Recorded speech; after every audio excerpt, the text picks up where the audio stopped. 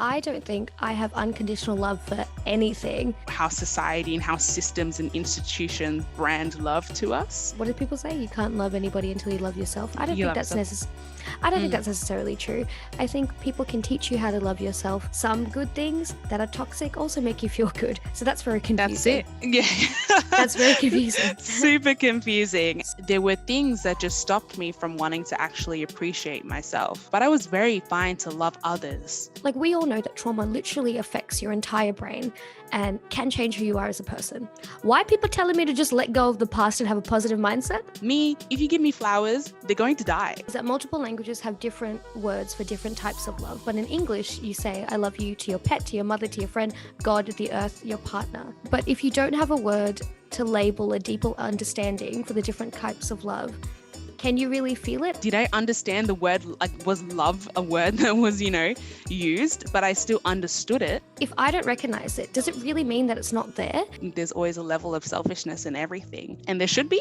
People that hate on arranged marriages or think it's a very Southeast Asian thing, love to play matchmaker with their friends at brunch. The government's in your marriage. Again, the government loves being in your marriage too. So it's threesome with the government.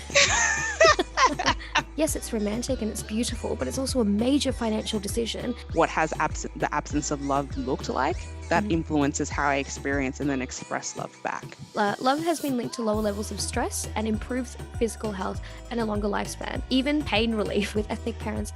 Maybe a parent feels a little bit too prideful to apologize, but you better know at 10 p.m. when you're crying in your room, they'll bring you a plate of fruit. Have a think about that as well. Like, what actually is that staple when it comes to love for you and how you express it and how you experience it? I wake up today, I choose confidence. We would like to begin by acknowledging the traditional custodians, the Wurundjeri peoples of the Kulin Nation, and the Wadamadigal peoples of the Darug Nation, whose land on which we record today, and pay our respects to their elders past, present, and emerging. We extend that respect to Aboriginal and Torres Strait Islander listeners with us today. We want to remember that sovereignty was never ceded and a treaty was never signed. We also want to start by dedicating our episodes to causes, small businesses, campaigns, and protests. So to start off with, one of the things we want to continue to bring awareness to is the conversation around Black Lives Matter and the active change that we would like to seek in this area. And one of the things that struck me is that a lot of people in Australia are recognizing this month as Black History Month because it is Black History Month in the US, and I'm not too sure about other places. However, we actually don't have an official Black History Month in Australia, nor do we have proper recognition of our true Black history that exists in this country in all facets of systems and institutions and just life in general here in Australia. So it's important that as we continue this conversation, and with Invasion Day just passing as well, that we continue to pay the rent, especially if we are not of Aboriginal or Torres Strait Islander background, and just making sure that we do this in a way that is correct and in a way that actually benefits the community. So figure out maybe an organization that you'd like to connect to, go back to anything that you may have seen, and think about ways that you can actually appropriately contribute to the Indigenous community in Australia. Great, thank you so much, Angelica. Very important cause. And for my cause today is Refugee Voices. It's raising approximately $1,000 each for the men that have been released from hotel detention in Melbourne, if you're unaware. And we must not forget about the men who have been left behind in the Park Hotel prison either. So we have to continue to call MPs and provide in-person support with daily protests. And these funds will be used to cover essential costs. And it's important to remember that these men are given very, very, very little government support. And the campaign will end on Thursday, the 25th of February, and will ensure that all the funds are raised to make sure ongoing safe settlement for all the men who have been released. So the link will be in the description, and you can also go to refugeevoices.org.au/donate. Amazing. Thank you so much. So we just want to say a very warm welcome back to everyone that has returned to listen to our very special Valentine's Day episode. We both needed a long break, really. To just rejuvenate, but we're also back and ready to jump straight into this lovely topic of love, which is very poignant for this time and this month. So today we speak about what is love, can unconditional love exist, the benefits of love on your health, our personal experiences, different forms of love, and how love is expressed and branded in society. And we also want to emphasize today that we'll be speaking about love where there is an absence of abuse of all kinds. I think, Angelica, you will agree that we may not have the exact appropriate tools to accurately discuss abusive relationships and love, whether that be with friends, partners, intimate partners. And quite honestly, the topic deserves a lot of care, expertise, and research. And we want to give that topic the respect it deserves on its own. So, yeah, just bear that in mind. So, to begin with, what is love in general and what is unconditional love? Because those two sometimes get conflated as one depending on what you believe, and sometimes it's really defined in two different terms. And in what we have found, it is two separate things, and it has it's completely multifaceted. So the complexity of love has a lot to do with how people experience it differently and how it can change over time. And definitely not all love is the same.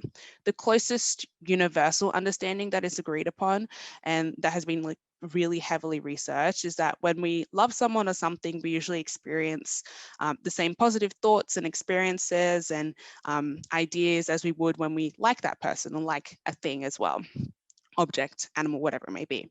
But on top of this, with the concept of love comes a deeper feelings of care, appreciation, affection, devotion, loyalty, and other concepts as well that you might ascribe to in that towards people. And these, of course, occur on a spectrum. And I personally don't usually see it as being the same for everyone because even with all those words I described, it's all different depending on our cultural experiences and what we choose to define love as. So Gary Crancis, who is a professor in social psychology, I believe, separates the concept of love nicely into being in love, loving someone or something. So loving someone or something is having those feelings of general care, but also varies in level of commitment as well. While being in love constitutes a combination of attraction, and this doesn't have to just be romantic attraction either, but of course varies again with how people express and what they believe love, attraction, arousal is for them and how they feel that. But speaking on the topic of the romantic type of love specifically, this form of love can be both or either a passionate type of romantic love or a companionate type of love. One may be less intense than the other, and it depends on the level of emotional intimacy that we have with one another or a person or a thing, the ability to actually foster passion with someone, an intense longing or desire for someone. Again, that doesn't have to be I'm talking about romantic love, but they also exist in other facets of love too. So in terms of friendships as well, your friendships might be romantic love, but Ooh, um, mine definitely are for sure. same with me. Like it's, is there that intense longing, desire for that person and connection and attachment with them? Then we move into the concept of unconditional love, which is very interesting and seems to be quite, at least in what we've thought, like, is that even achievable? So unconditional love is pretty much what it says in its name, a love that is without limits to it or conditions on the amount of love that is given. And this type of love is often unchanging and focused on the welfare of another being and another thing being sustained and developed, and not a focus on what you'll benefit out of that love. And it's often comes back to that unselfish desire or delight in the welfare of others and people. In society, one of the most common examples that's given to us of unconditional love, or is said that we should have, is that paternal and maternal love. So the love that parents, even grandparents, give to you, that unconditional, unselfish desire to care for you. And unconditional love is extended to all others without exception in an enduring and constant way. And it's considered to be one of the highest expressions of spirituality in relation to love.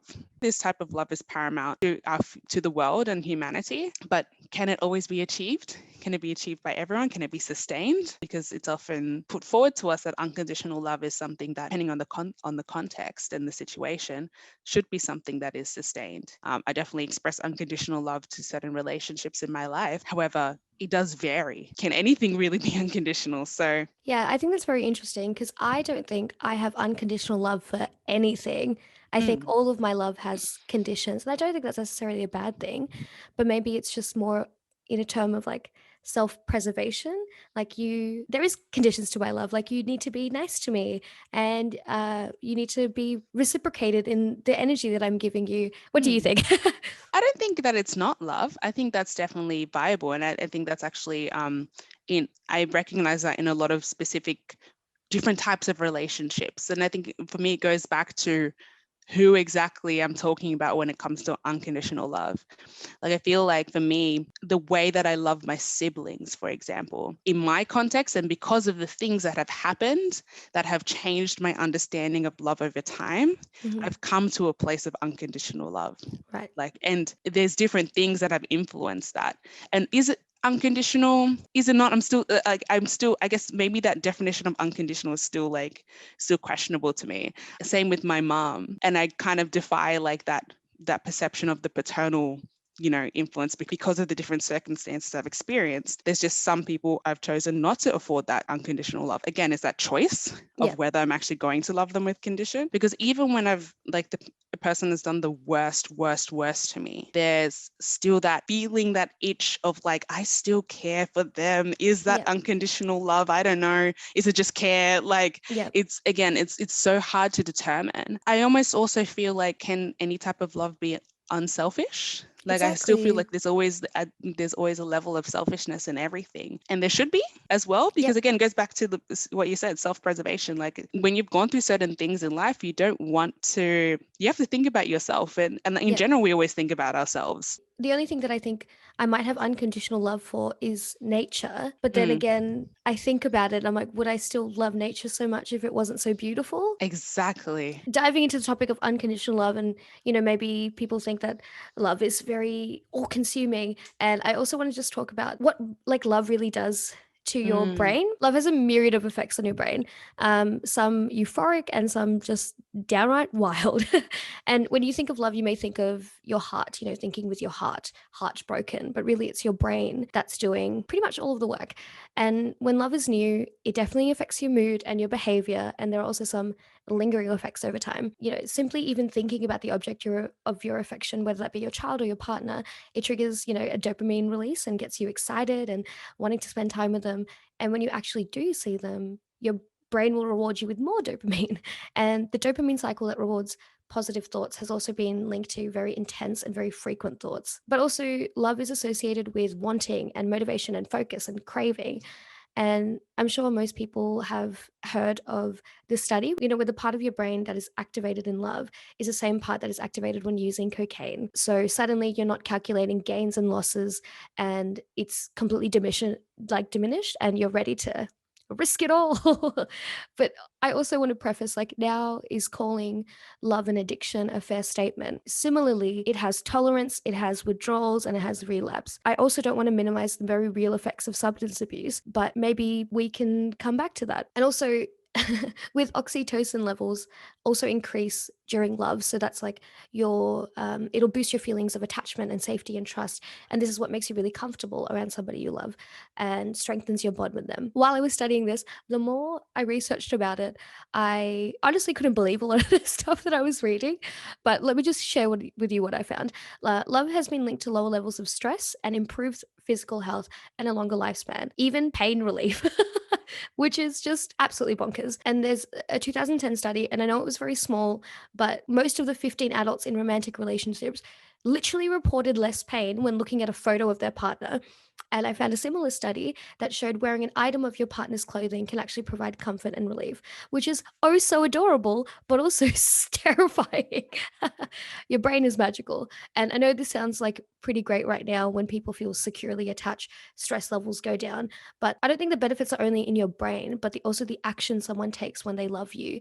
Like offering to assist you with errands when you had a long day, that reduces your stress.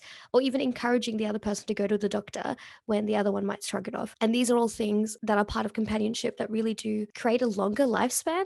Boy, oh boy. And even if you Google like the biology of love, a million responses will come up.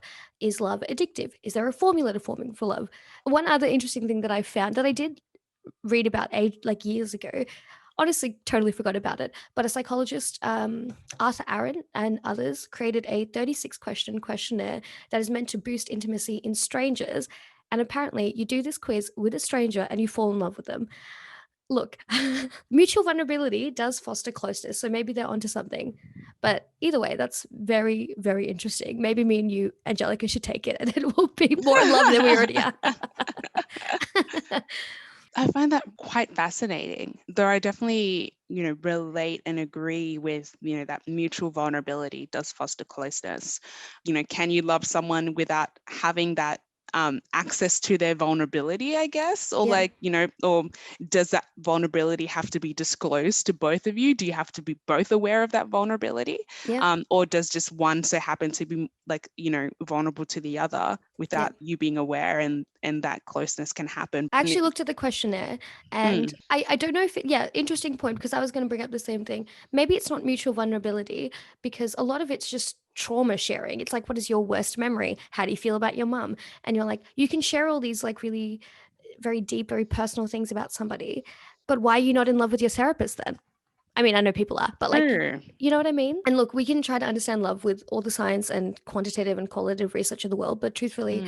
what we all feel is so personal and individual and it manifests in so many forms. How do me and Angelica really understand love? My understanding of love is quite complex, and I guess it's because of this different situations that have made me understand love. It goes back to what I described about like loving someone or something and then being in love. Like I very much agree with like how those two are separate for me.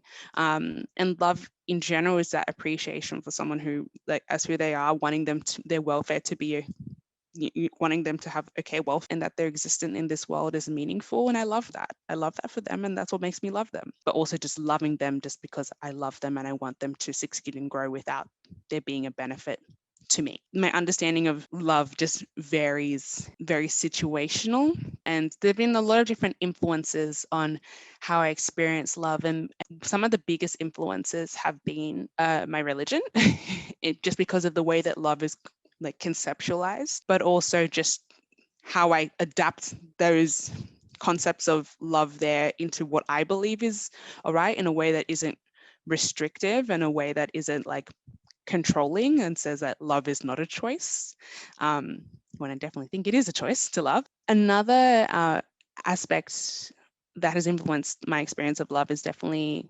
social relationships and intimacy, and particularly from different figures in my life as well and in the past, and how that has influenced the way that I express love, or the way that I've adopted into my life, and the way I accept it, and also the absence of love, whether that's a result of different traumatic experiences and just not experiencing a love that I thought love to be at Yeah. different stages in my life. Of course, as a child, love was very different for me and what I thought it was. And then over time, it's also changed. So at those different points in my life, what has the absence of love looked like, that Mhm. influences how I experience and then express love back. There's also the cultural differences too. How love is expressed culturally is so variable, and particularly in Nigerian environment and household, love is not something that we just throw out there, be like, love ya, love you, mom and dad. Like, I'm not, I mean, I don't want to speak for everyone, but it's a common thing that a lot of us like younger Nigerians share, that love is expressed in different ways that aren't just through language and through words. It's love is doing, and the things that you do and just like what you show, service, obedience, your care for your parents or your family, the safety that you provide for one another, whether it be financial or just in general. And all of these come into the idea of loving. Other society perceptions as well of love feed into that too, culturally as well. And so sometimes I find myself feeling like I'm going against some definitions of love because I just feel like they don't align to me, or they actually abuse the concept of love. Does. Yeah, For yeah. sure it does. I think there's just like a lot of manipulation when it comes to the concept of love culturally. It's unfortunate that we experience. That definitely does influence my understanding and experience of how I love others and how I've accepted love into my life. What about you, Inez? Well, for me, I think love is certainly an intense and a very strong feeling, but I think I'm also just a very sensitive, very intense emotional person. So I can recognize all those feelings of like lust and attraction, or um, just like pure beauty in the world. And I Mm. just always connect to that. But I also think whether you love like an animal, or you love the earth, or you love a partner or your friends, it's definitely a consistent choice to invest in that love. And I don't think that makes it any less romantic. And I don't think that it makes it any less valuable, because if you make a continuous commitment to something and it's not just like your biology is just running amok, I think it places more value in the fact that you are thinking about this and this is something you want to do. And maybe it's just my type A brain that is very much like, yeah, we have to think about this and do it well. There's an art to loving well, and loving with safety, and being kind, and being open communication. And love, I think love is also a skill that you really do have to build on. And maybe at first you love pets and you love other children, or you love that pink Barbie suitcase that you have. And maybe you don't understand all of those things and it's really strong. But I think definitely as you grow up, you learn how to express boundaries and being selective, and yeah, really investing in it. So I think love is an investment, and it's a choice that is acting on the feelings that your body is really telling you to. There's been a lot of things that, have influenced how I express love. I think, yeah, similarly, coming from a lot of abuse, a lot of my behaviors were adaptive. And when you're young, you can't understand that, like, this is just an abusive person, it has nothing to do with you, or this is just about power. You don't know any of these things. You just Yeah. like internalize it. You're like, oh, dad's in an angry mood, so it must be something that I did. So it's hard to get out of that after having that be your entire adolescence and childhood. So when you get out of that, and then somebody's mood slightly shifts, or you have a friend that's avoidant that doesn't openly communicate, or a partner that's really avoidant, like all of these things, it's hard not to internalize all of this. So Mm. I've really been working on making sure that I understand that I'm sensitive, and that having to admit that to myself has been quite revolutionary for me, because I have always been like, yeah, I'm a cold hard bitch. Nothing can touch me. I can relate. I feel like a lot of us go through that. It's just Yeah. like, yeah, I'm cool. Like nothing can touch me. I'll be open. Like fuck you if you don't want to hang out with me. But the truth of the matter is, I just am really sensitive and I'm quite emotional, and I think that's beautiful. And it also, I don't know, makes me a really like empathetic and caring person. I think all of those things are really beautiful. And the flip side of that is just having to communicate that to people, so you know how to take care of yourself and other people know how to take care of you, and just be like, hey, maybe I need a little bit more care. I've been through a lot. I'm not the same as other people. The one thing that really bugs me, just a quick side note, is when like we all know that trauma literally affects your entire brain and can change who you are as a person. Why people telling me to just let go of the past and have a positive mindset? I don't think that's how that works. I don't think that's how it works. Mm. I can't just let go. I have to. I think for love really has to be about safety for me. Number one, I Yeah. just have to feel really safe around that person. And if Mm. they are thoughtful and really kind, and just take time to listen to me and don't make me feel like I'm a burden, or the things that have happened to me are my fault. I kind of also relate that to the concept of love and forgiveness that Yeah. is often put together. And this idea that if you love people and you love people enough, you would or should automatically forgive. People might be able to do that. In some instances, people aren't able to do that. If I truly love this person to a point where I want them to actually, their welfare to be okay, and I want to see the best for them and them to grow and develop and just deal with the, the things that they're going through or have experienced, this pressure to just accept for me isn't actually a way of showing love. And whatever their journey is, I accept it, and that's what it is. I'm not going to push anything on them or push or be like they need to love the person that caused these traumatic experiences. Otherwise, in me saying that to someone is me actually not showing love to that person and their Yeah. welfare, where I see love and the manipulation of of the idea of love to be such a problem in society, and when it comes to recovery of different experiences, or just accepting different experiences that have happened to different people. And I think we need to also understand that love and the concept of love, I guess, in society is heavily influenced, again, by patriarchal systems, and how women are meant to love. With all the definitions that we just shared, should it not be the same for everyone? Why is it different? I've always found it tough when it comes to the idea of how I'm into love with the identity that I have as a cisgender woman, and also what society tells me I should be doing, how I should express my love and how I should express like the romantic side of it and the passionate side. I shouldn't be too passionate. I should be, pure when it comes to my love. Culturally, I often feel like I defy that, or I'm just different to that. I just don't ascribe to it. I may not act upon like those differences. Definitely going off what Angelica has said, love is not always easy to understand, nor is it binary. I can love my parents, and I can still want to establish boundaries and keep distance. And that's a question that I think everybody should also ponder: is love always grand, or is it a lot of the little things? And if someone loves me in a way that I don't recognize or perceive as love, I don't know, just like if I have a girlfriend or a boyfriend and maybe they're not they don't say I love you very much, or they're not super affectionate, but they are always taking out the trash for me and driving me around everywhere and making me cups of tea. Maybe I wouldn't recognize it as like such a like in your face kind of love, but maybe they would also think that that was kind of superficial to just say it and not do anything.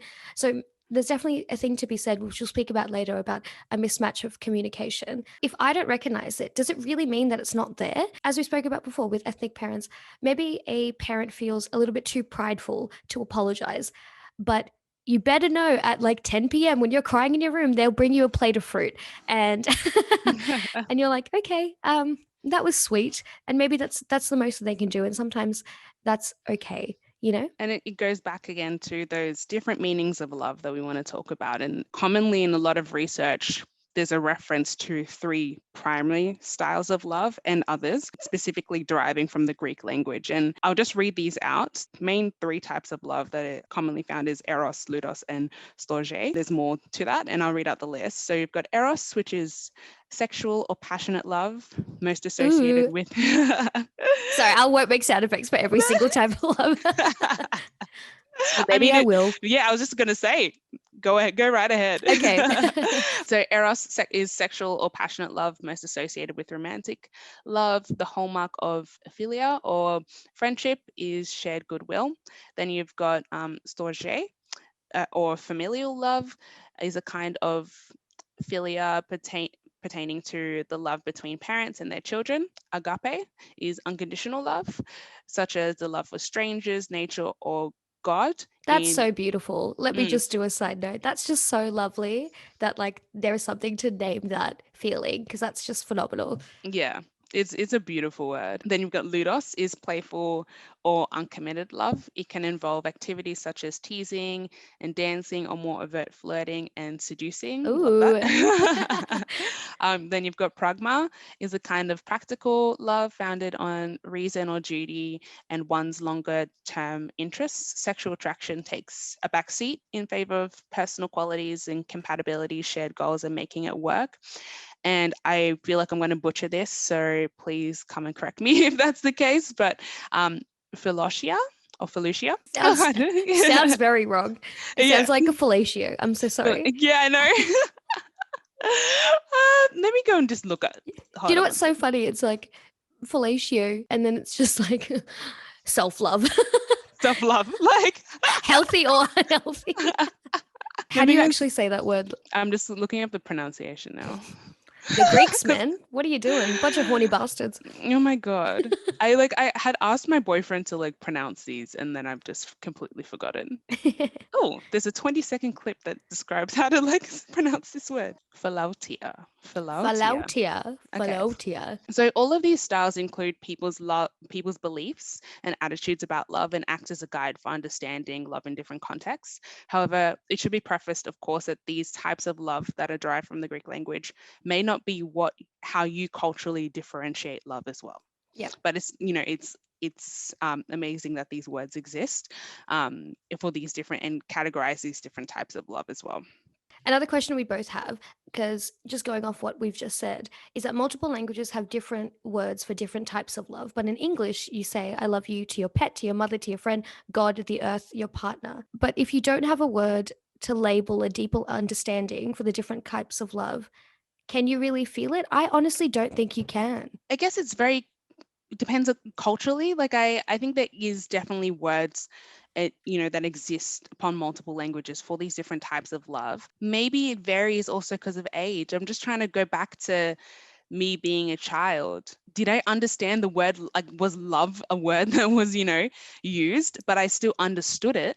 I Yeah. still understood it at that time, the Yeah. different levels of what love was meant to mean, even when there was significant attachment, lack of attachment that was occurring in different contexts of my life because of different traumas. I still had a somewhat of a deep understanding of what love should have been for me. Did I understand the word properly? Did I know of the word and like understand its complexities? Probably not, but the word existed. When I think back to kids shows I used to watch, they used to be like, sing songs about love and da da da, Yeah. da. Yeah. Like, Yeah. like it was there, but like, was it attached to my deeper understanding that I was feeling? I don't know. Maybe on the But flip side of that also yeah, is that there are obviously words for experiences that haven't been labeled yet. Maybe we all, exactly. yeah, we have these experiences. Maybe they haven't been labeled yet. Maybe it doesn't mean that you can't understand it. But I don't know if you can truly understand something if you don't Have have words to describe it to other people and to yourself. I think yeah. that's where I'm coming from. And I know this episode is on love, but maybe a good example I can give of that is actually mental health. Like, Hmm. the word mental health is Yes. not something that is, widely used. And Yes. when it comes to different cultures and understanding mental health, people will, as soon as you say the word mental, it's associated to something else. Some people then agree with, I guess, the more Western view of what mental health is. Yeah. Um, and there's different words for it, there's different viewpoints attached to it, and I find that it's just very similar to this concept of love, where when we try to explain or and promote mental health awareness, but some people just don't get it from just not understanding what mental health is, or Yeah. like actually having a deeper understanding in the concept. It literally can be translated into broken brain, like a Exactly. broken leg, broken arm. And it's like that's not what we're talking about here. Like, I see it as similar in this sense, and maybe actually, now that I think about it, I do agree with the fact that like you can't really have a deeper proper understanding if there isn't a word that exists or matches to it. Maybe it doesn't have to be the exact translation like across different cultures, but like it's still somewhat of a deeper understanding of the concept. I think maybe love is just one of those things that over time and like as at all points in our life, we just know it's there. I But don't how know. do you know it's there? How do you know it's That's there? again. Is it a feeling? Is it a feeling? Does it just happen? Is it Mm, is it because it's like familiar, but what if it's not familiar? I think a lot yeah. of I think a lot of the perceptions we have of love and whether we are even able to recognize it, it's just so classified on like how love is branded. And Yes. because this is a Valentine's Day episode, let's start off with that one. And then we'll go, we'll discuss how love is branded in so many different ways. With Valentine's Day, I know it's very controversial. Somebody's like, I don't need a Hallmark holiday to, tell people that I love them, which is true. You shouldn't do that. But also, it is a nice day to just be able to reflect and pause and be like, oh, I don't know. I should tell everybody that I really care about them. But also, do you need gifts to do that? Do you need chocolates? Do you need a giant teddy bear? Do you need a hotel room? Do you need a family dinner? Like, do you really need all of those things? For me personally, I don't think so, and I think there's an unnecessary pressure to, ascribe to that model of like of what Valentine's Day should look like. And I personally have just not liked it because I find it so trivial. For me, it's like, if you're gonna give me the chocolates, I'll eat them happily. But also like Big mood. yeah, like okay, like it's like I just feel like I kind of treat it like Christmas. It's like, well, if you don't get heaps of gifts, if you're someone who celebrates the day, then people feel some type of way. I'm like, but should you feel some type of way? Or like any other holiday or any other day of celebration that people have, depending on what they believe. What if Oh, someone forgets an anniversary? I feel like because you've made that a day, because that is a day that signifies.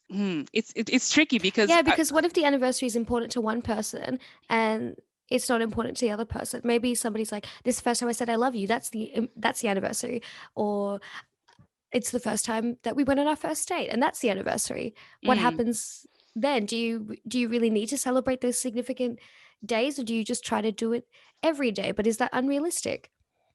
See, I think a lot of the perceptions that I have on love are really just from how love has been branded to me. And since this is a Valentine's Day episode, uh, I want to speak about Valentine's Day and how we actually feel about Valentine's Day, how it is celebrated now, when the origins, I know nobody can really pinpoint it, but they definitely have been very strange. yeah. Yeah.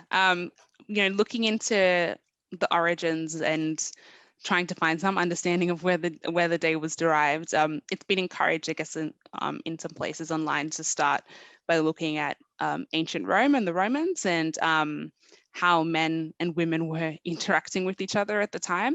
And so from one piece of an article that we can definitely share. In the notes for this podcast episode. So we have like from Feb 13th to the 15th, the Romans celebrated the feast of the Lupercalia, and the men sacrificed a goat and a dog and then whipped women with the hides of animals that they had just slain, which That's yeah. taking hitting on women to another level. Yeah.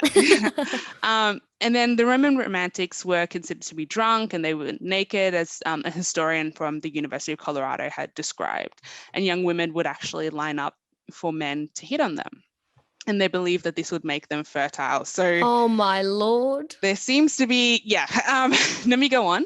The brutal feats included a matchmaking lottery in which young men drew the names of women from a jar. The couple would then be coupled up for the duration of the festival or longer if the match was right. The ancient Romans were also responsible for the name of the modern day of love that we now know as Valentine's Day, because Emperor Claudius II executed two men both named Valentine on Feb 14th of different years in the 3rd century AD. Their martyrdom was honored by the Catholic Church with a celebration of St. Valentine's Day. There's so much more to this if you read more into it, but I think it's interesting to go back to the origins of these days when we think about how it has now been branded to us over time, because we can obviously not forget history. For me personally, Valentine's Day has definitely been something I have not really cared for, personally, just because of the struggle that I've had with accepting love, or just maybe for the fact that I just never had been in love with someone until currently now with my boyfriend. Oh. And like I just don't, now I have some care for the day. Yeah. But I always saw it as a day where I didn't understand growing up why it was only branded as a romantic type of love day, Hmm. and Of course. a day that it should extend to everyone, but it's not perceived as that enough. It's like, Hmm. you'll see it here and there where people say, oh yeah, and family and friends and this, but like that's not the primary focus. The primary focus is on romance. And I think I also struggled with that idea of being manipulated, because what I would see and experience in terms of like abuse and trauma related to that day. And I found it almost like one of the days that would be easy for people to abuse love and manipulate love, Yep. to women in particular. Hmm. And that's why I never just really liked or appreciated the day. And when I heard about the history as well and just reading about it, I was like, this day is problematic. I don't want to, Yeah, yeah, like, yeah. but still, you can obviously transform a day to mean something else. But yeah, love has definitely, been branded in a way that is, you got to get this, you got to buy this, you got to, give them the flowers. Me, if you give me flowers, they're going to die. Like that, like I love flowers and I love the smell that, but they will die. I just like flowers being in their natural place, but I don't Yep. mind a pretty flower here and there. Yeah. It's just, but I remember there used to be a time where I'd be like, if you give me a rose, like you're just showing that like I'm gonna die. Yeah. Like I don't know, like that kind of Of like course. like anti-Valentines, and Yeah.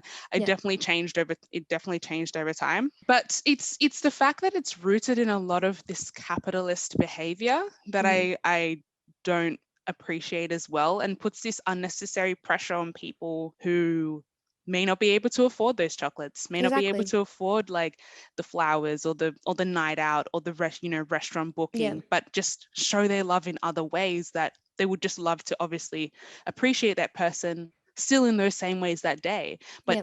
it's not as accepted. It's like you have to go above and beyond. If you're romantically in love with someone, should you not Hmm. be going above and beyond every day?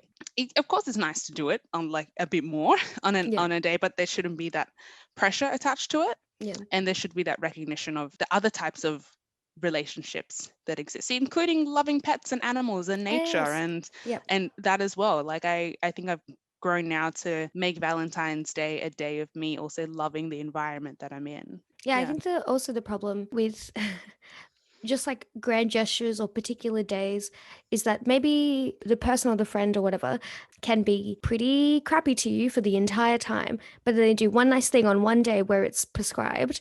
And then you're like, oh no, maybe it's not so bad. Can definitely make people stay in friendships and relationships they shouldn't have to, because you just keep justifying it. And if Yeah. somebody buys you things, it doesn't necessarily mean that they care about you. It might some cases, but it doesn't always. And I think it's just important to like recognize that. Yeah, similarly with like Valentine's Day, I think it's bizarre that right now people see marriage as like this big beautiful love grand gesture, when love in marriage has is quite recent. Marriage has always been a business transaction and a way for women to get social mobility. The government is in your marriage.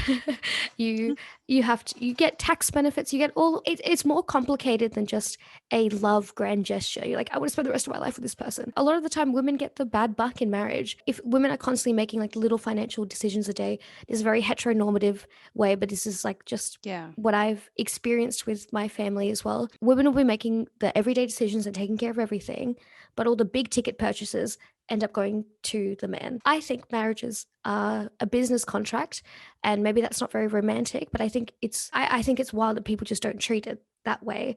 Yes, it's romantic and it's beautiful, but it's also a major financial decision, and you need to treat it as such. And I think that if you don't talk about getting a like a prenuptial agreement where you're like, okay, look, I hope for the best, guys. I really Yeah. hope for the best. But if we get a divorce, then this is my stuff and this is your stuff. And I Mm. think it's like, right. I think that's a romantic thing to do in the moment where you actually love each other. Because when it gets to like the crappy, shitty part of and everything gets messy, you don't know how you act then. Like it is a business contract, and I think people should treat it as such. I don't know. How do you feel about Yeah. marriage? Marriage is, of course, as I said at the start, one of the biggest influences in terms of experiencing love comes from like religious views that I have.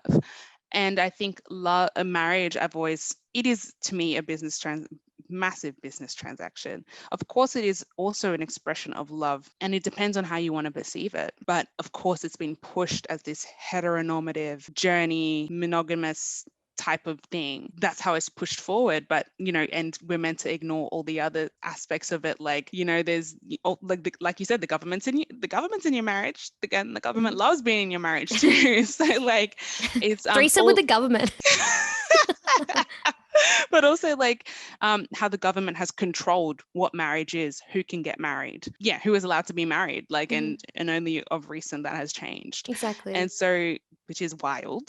So it's all these different things. For me, I've just witnessed different types of marriage breakdowns in my life that I've realized that people like to say, oh yeah, marriage is the greatest form of expressing love between someone, but it's like, oh well, we forget the pain that also comes with marriage too.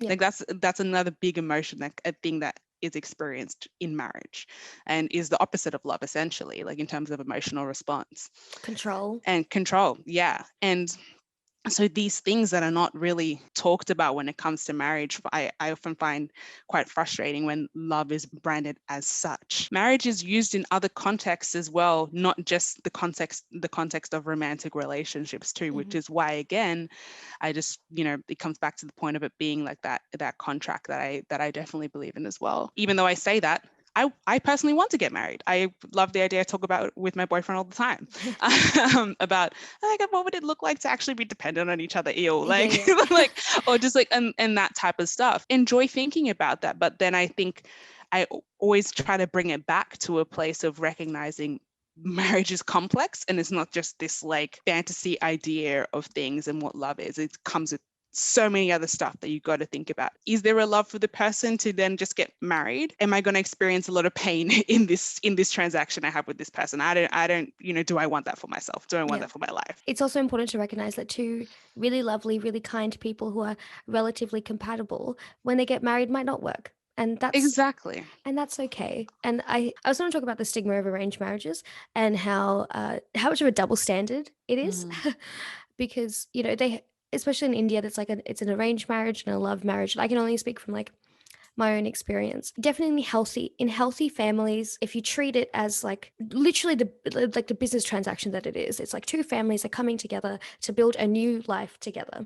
And if your family is supportive and they know you really well, what is wrong with like finding a few people from a similar educational background, from a similar lifestyle, and trying to find somebody that works for you? People that hate on arranged marriages or think it's a very like, I don't know, Southeast Asian thing, love to play matchmaker with their friends at brunch. So Let's talk about that. let's talk about that. And also, Like, how is online dating really any different? It's the same kilometer, same interest. How is that any realistically any different? Because to find a good match, wouldn't you want people that really loved you and really cared about you and really know each other? And when you marry somebody, you also marry their family if they're connected to them, or at least their friends. So thinking about all these things and treating it with the full like extended family friendship respect that it deserves, I don't think that's a bad thing. The bad thing is when it's forced upon the woman or the man, used as a way to make the woman essentially, feel like a burden and she just has to leave and go to another house. mm, That's when it becomes unhealthy. But if we actually talk about the notion of an arranged marriage, it's not just like a Southeast Asian thing. We all want to play matchmaker with our friends. We all go on like Tinder and Bumble and Hinge. We all have characteristics that we want. We all fill out questionnaires. So yeah. how different really is it? Genuinely think about the stigma that you have against arranged marriages, like people are locked and trapped. But I think it's also nice that, you find a family or a partner Mm, that somebody thinks will work really well for you, and you make that commitment, and then you get to know them with that commitment in place. It's just a different type of love. Yes, of course, sometimes it doesn't always work, but sometimes it does, and it's beautiful. So, yeah. yeah, I think that's really important to emphasize. Like, what preconceived notions are you bringing about love, like, into how you define it or how you conceptualize it for others in your life as well, and especially when you're giving advice to people too. I think that's also important to think about. And I just had like random flashbacks to things I would hear about, like, racist jokes that were made in school to certain community groups. And like, one would be like, oh, like, you're going to get into an arranged marriage. I remember hearing that clearly, Yeah, me and too. like how ill-informed and how disgusting that language is. Like, and it's unfortunate that that's the type of view that we have, and people conflate arranged marriage with forced marriage. Mhm. um it may, of course, if you're forced into it, it's arranged in a sense, but like, it's a different type of thing. It's When abuse. it's abuse, exactly, and we're not talking about that type of violence that is used against predominantly women, but also men too. um, I think what's interesting about love and how it's branded and the concept of marriage is some people just don't want to be married. Does that mean that their love is any less true than a married couple? No. And No. also, I think with couples that maybe don't want to have children or can't conceive, why are they not allowed to say that they're a family if it's just a couple with a pet, or no pet? Just like they should be allowed to call themselves a family, Yeah, irrespective of whether or not they have children. yeah. I think that's, and you took the words right out of my mouth. I was going to say like the exact same thing. It's, you should still be able to perceive and experience the love that you want to, um, without this unnecessary pressure of what this love is meant to look like, or this, especially as I see people who go through the struggles of, like, conceiving and just the pain of that is associated with it. But then how society puts this idea of like, well, do you guys like, there's this unnecessary pressure about like the love then you'll have with your partner because of all those struggles, and it's so painful to watch. It's so sad for me to watch sometimes when I see these things. And I think we need to just be really careful about how you respect each and every person's idea of love. I don't think the government did that with COVID-19 restrictions.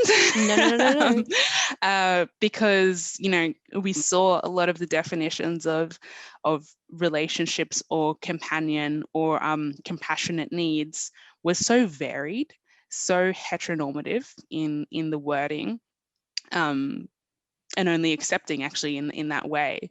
And who could you see, who could you not see, based off like compassionate needs and what constitutes family, and like the concept of love was being controlled, and how you showed love was being controlled Mhm. in that sense. And I just find it quite fascinating, again, this idea of how society and how systems and institutions brand love to us. Because Yeah. I remember sitting there wondering, can I see my boyfriend? Why can't I see my boyfriend? That's compassionate needs. Mhm. I know he lives in Whoop Whoop and like an hour away from me, but like still, like that's family to me. Yeah. That's my partner. But for others, they didn't see their partner at all Mhm. because they thought that didn't fit under the umbrella of compassionate needs. But here I am thinking it is, and then thinking that I'm bad, or I'm going against, like, is that illegal, like, to Yeah. see my partner, but is that not a compassionate need? And so I then thought about this idea of how it was told to us who is the most loving to be around in this time, and how they define that for us. Yeah, I think for me as well, because I didn't have an intimate partner and I'm not as close to my family as I would like to be. It was just me on my own. And my friends are my whole family and they bring me so much joy and they're the people that I love that I need. What was frustrating for me was that you could just decide who your intimate partner was. You could be hooking up with somebody for a few months or a few weeks even, and they could be your intimate partner. And I'm like, cool, you can hook up with somebody that you met 3 weeks ago and continue to have that need met with compassion and all this other beautiful stuff, but I can't see my friend that means so much to me, and they've been my friend for like 5 years. How does that make sense? And it, Yeah. it, it just doesn't seem fair. Like if somebody doesn't have an intimate partner or didn't have a family, the government gets to tell me that I can't see anybody they love because it has to be like very nuclear family, very like partner based. So that was really, really hard for me. And I don't know if that was fair for love to be branded that way. It goes into the next part that we want to look at, is how love is actually expressed, just how love is communicated to us, or how we should love is communicated to us by bigger bodies, and how it influences our expression and communication of love individually with others, and how there can be a mismatch. Marriage, the conversation of marriage is a good example. How I've communicated my feelings of love and attachment and marriage to my partner, they align. I can definitely see how that there could be a potential for a mismatch of what we view love to be and how we express love. It just seems to be similar in that sense. There's a clear mismatch if people only attribute love to humans. Like, it's very, very much, I don't see how you can not love other things and other, like, animals, nature, all that kind of stuff. But some people don't attribute love to that. I think it's a communication when it comes to love is so big. The most I, important thing, the I would mo- say, yeah, honestly. honestly, the most important thing, because that's, again, how people can abuse and manipulate and coerce people into different situations and keep you in something that you may think is love, but or an expression of romantic love, but is not. And that goes as well, like, romantic with like a partner, or like friendships as well. And we need to recognize that people express, how people love each other and how people express that love is so different. And if you are feeling like there's a mismatch, especially if it's like a romantic partner you're with, communication. Or if you can't communicate that mismatch, then is there a problem?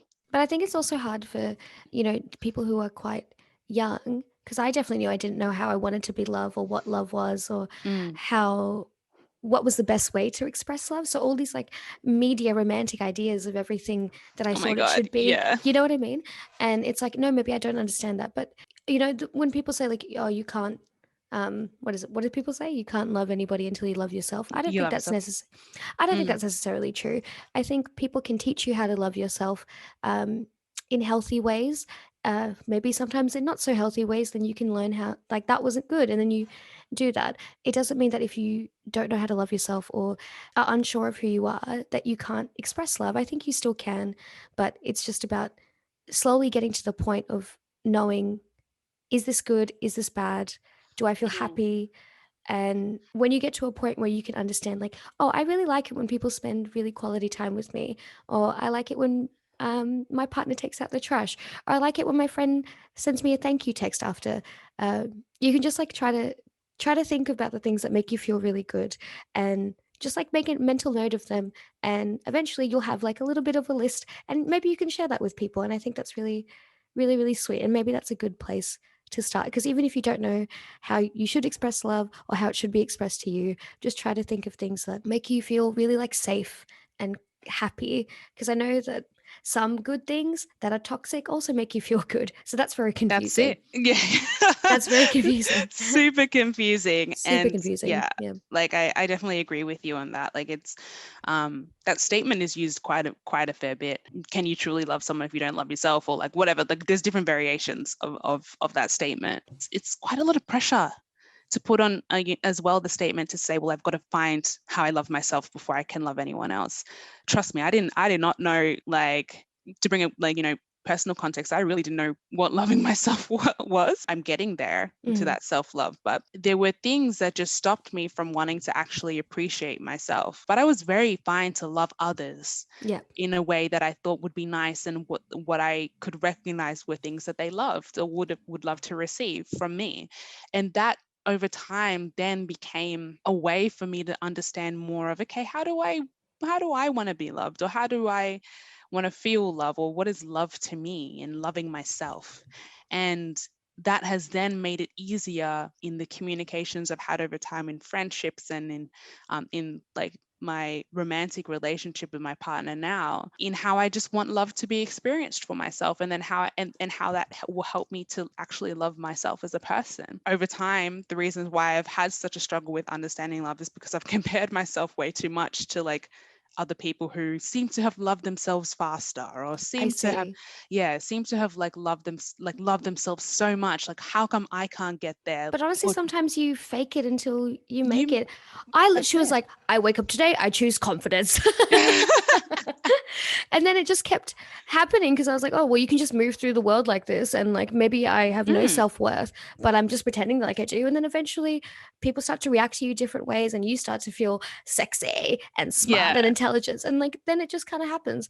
With love in general, for parents, for yourself, especially for yourself, for partners and friendships and the earth, a lot of it for me personally is just like safety and joy Yeah. and vulnerability and thoughtfulness. And if I just like repeat all of these four things in like how I love myself and the earth and whatever semblance of God that I believe exists, it feels like the ocean.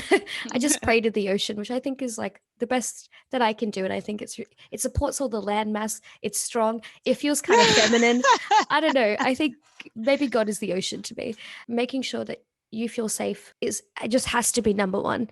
Maybe Yeah. it's not number one of your list, but without safety, you can't build a good foundation of love. And you have to Yeah. feel safe with yourself too. Have a think about that as well. Like, what actually is that staple when it comes to love for you, and how you express it and how you experience it? You brought the word up, thoughtfulness, there. That's probably the word I was looking for, actually, in Hmm.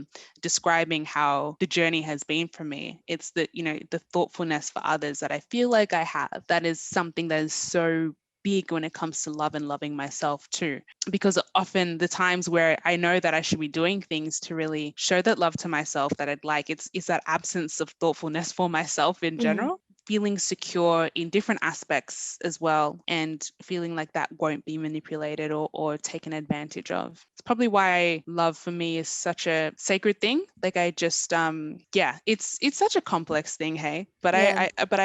I love that it exists. Oh.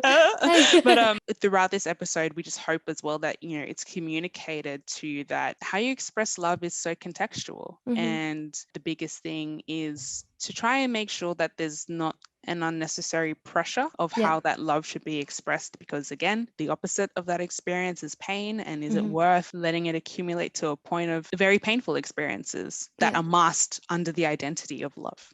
Just for one last question, because I think both of us hold love in all forms very sacred to our hearts, which is just so special. How long do you think it takes to love someone, something, the earth? Do you just like step into it and or is it a fostered relationship, or is it an investment? I think there's an element of fostering into that, and it Yep. does take time to have a true appreciation. I think it does take time to properly understand it for yourself. Yes. in a way that isn't heavily or as heavily influenced by the way that it's branded and pushed upon us. I think the type of love that is like very intense for me takes a bit of time. For example, if it's a person or someone I'm meeting new, in terms of friendships, if we're open and if we're vulnerable, like not in a way that is like full vulnerability, like where you have to tell me everything, but like, Mhm. I'm talking about just an openness and acceptedness and respect between one another. Mhm. I think it becomes like easier and a bit quicker. But it's definitely contextual. Maybe I'm a bit idealistic, but I'd love for people to love easily in the world. Yeah. But because things are not safe for us and things are not secure for us, like Mhm. that's just not like an ideal thing. Mhm. That would be lovely. That would be lovely. Yeah. Wouldn't it be lovely to have agape everywhere? Oh, Like, beautiful. like, yeah. Phenomenal. A world I wish for. If love is safety and thoughtfulness, those things, you kind of had to see them for yourself and you Mm, have to show them. And I think it's repeated choice when you're acting on your feelings. So, yeah, I do think it takes some time. And sometimes I don't really know. mm, And I have to research or I have to really think about it and I have to see how other people are acting and get advice. Like, I feel like even though I have a very strong feeling for quite some time, I was like, I mm. don't know if this is it. But maybe I did, love much sooner than I thought. But I'm like, regardless of whether or not I did, I just had to be really sure when I said it. And when I did say it, it was beautiful. And now I'm very happy and it's very cute. And that's enough of my corny day. If you're listening to this, like, and I've got here to this point, like, think about that question for yourself. Like, how long does it take for you, I guess, to love different things and different people? And is it circumstantial? What actions constitute love for you? Because I actually just had a thought in my head, like, when it comes to friendships and love, sometimes I've had to end friendships, but it was the healthiest thing. And Yes. to me, that's an act of love. Like, I love that person enough to be like, this is not good for us. Yeah. Let's and Exactly. we know that. Let's just like leave it as it is. And And self-love for yourself. that's it. So it's so different and contextual and but beautiful as well. Yeah, it's interesting. Makes me feel Ooh. Well, yeah, of course, there's a lot of nuances to love, and we could talk about this for a long time, but we just want to leave you with lots of good, happy feelings, and hopefully you think about it with all the nuances that we've also discussed today. Yeah, we just want to thank you so much for tuning in today, and also we would love to hear all of your thoughts on today's episode over on our Instagram, which will be linked in our description. If you have any love stories, because me and Angelica are also corny and lovely, if you have love stories about your families or partners or pets or friends or God, yourself, the earth, anything and all of it is welcome. So please do shoot us a message, and we would appreciate so much if you did share this episode and also donate to Refugee Voices and also set up a Pay the Rent account. That would be wonderful for everybody, and share the love around. But I hope you all have a lovely day, and I hope that it's filled with lots of love, and see you guys soon. Bye. Bye.